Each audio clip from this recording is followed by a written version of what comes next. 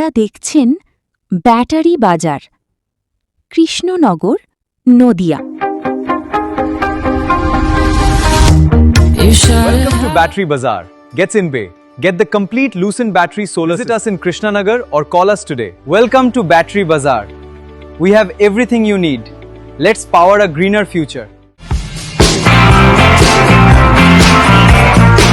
Battery বাজার সব ধরনের ব্যাটারির একমাত্র বিশ্বস্ত প্রতিষ্ঠান।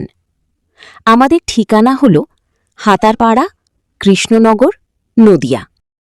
এখনকার মতো বিরতি শেষ, ফিরছি খবরে। আপনারা দেখছেন সময় অন কৃষ্ণনগর ফেসবুক লাইভ। সবার পাশে সব সময়। ধন্যবাদ। এবার ডিম থেরাপি নয়, তৃণমূল কাউন্সিলরকে বরের টোপর পরিয়ে গলায় দুর্নীতির প্ল্যাকার্ড ঝুলিয়ে রীতিমতো রাস্তায় ফেলে মারধর বিজেপির। ঘটনায় নিন্দার ঝড় উঠেছে গোটা নদিয়া রানাঘাট জুড়ে। যত দিন এগোচ্ছে ততই একের পর এক ধরা পড়ছে অমানবিক চিত্র।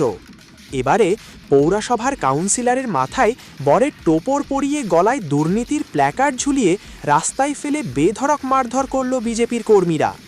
রাজ্য থেকে জেলা স্তরে ডিম ছোড়া নিয়ে কড়া পদক্ষেপের হুঁশিয়ারি দিয়েছেন রাজ্যের মুখ্যমন্ত্রী। কিন্তু গণতন্ত্রের কথা শিকে তুলে এবং আইনকে হাতে তুলে নিয়ে ৭৫ বছরের স্বাধীনতায় এই প্রথম দেখা যাচ্ছে এই অমানবিক ছবি গোটা বাংলা জুড়ে। তবে নদিয়ার রানাঘাট পৌরসভার কাউন্সিলর জয়দীপ দত্তের সাথে ঘটল একই ঘটনা। সোমবার রাতে জনরোষে পড়লেন তিনি।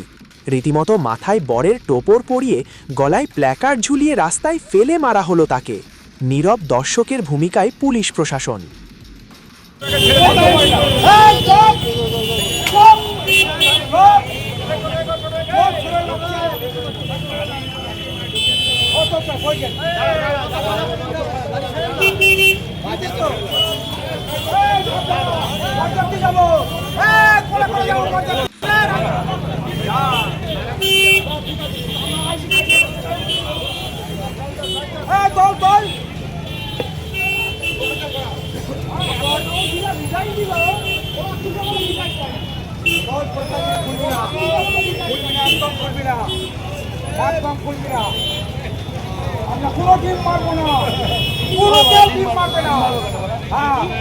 পয়সা খরচ করবো না, পুলিশ আসবে তুলে দেবো।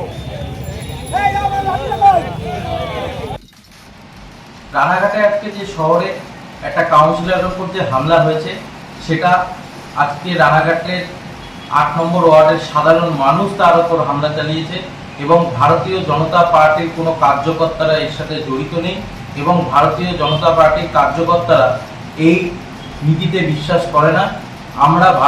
আমি ভারতীয় জনতা পার্টির উত্তর পশ্চিম মণ্ডল ৫-এর সভাপতি হয়ে রানাঘাটবাসীকে বলতে চাই, আপনারা বিভ্রান্ত হবেন না এবং আমাদের রানাঘাট শহরের এই যে ভারতীয় জনতা পার্টির কার্যকর্তাদের উদ্দেশ্যেও আমরা বলতে চাইছি, আপনারা কোনো তৃণমূল কংগ্রেসের কোনো নেতৃত্ব বা কোনো কার্যকর্তার গায়ে হাত দেবেন না। এটা ভারতীয় জনতা পার্টির রাজ্য সভাপতি বলে দিয়েছেন। সেই নির্দেশ অমান্য করলে দলের পক্ষ থেকে কঠিন থেকে কঠিনতম শাস্তি দেওয়া হবে এবং পুলিশ প্রশাসন আছে, আইনিভাবে যে কোনো মানুষ যদি কিছু করে থাকে আইনের দ্বারস্থ হন, এটুকুই আমি বলছি। ধন্যবাদ।